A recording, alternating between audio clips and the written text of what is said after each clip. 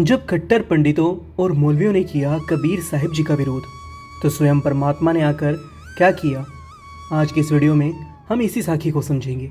नमस्कार, आदाब, सत श्री अकाल आप सभी दर्शकों को राधा स्वामी जी। जीवन में जब भी मुश्किलें आएँ, हमें अपने विश्वास और धैर्य को बनाए रखना चाहिए। ऐसा करने पर स्वयं परमात्मा आकर हमारी मदद करते हैं। क्यों और कैसे करते हैं, ये सब जानेंगे हम इस साखी के माध्यम से। तो चलिए शुरू करते हैं आज की यह महत्वपूर्ण साखी।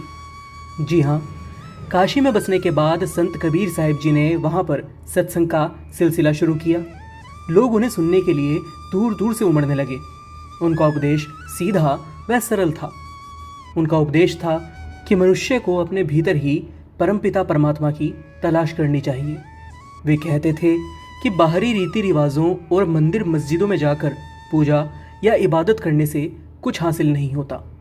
उनकी इस नई सोच ने कट्टर पंडितों और मौलवियों को बहुत परेशान कर दिया और वे उनके कट्टर विरोधी बन गए।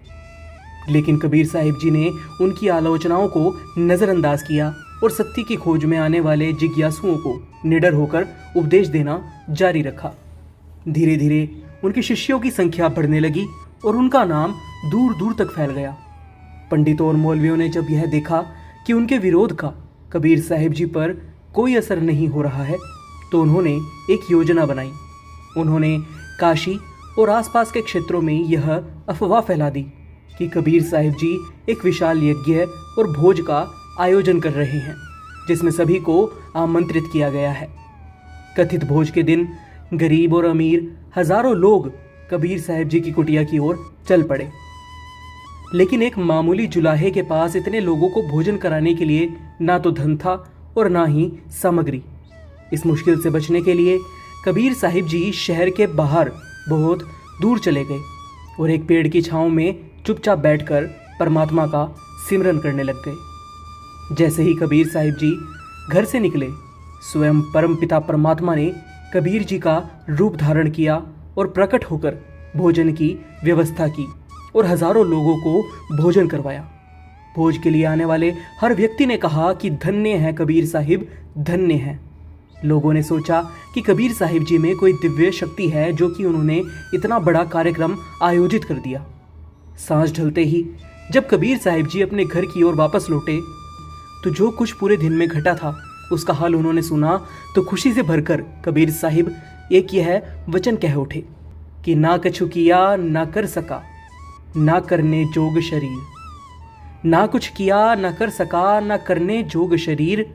जो कुछ किया साहिब किया, ताते भया कबीर। इस घटना से हमें यह सीखने को मिलता है कि मनुष्य को अपने अहंकार और अपनी क्षमताओं पर गर्व करने की बजाय परमात्मा की शक्ति और उसकी अनुकंपा पर विश्वास करना चाहिए।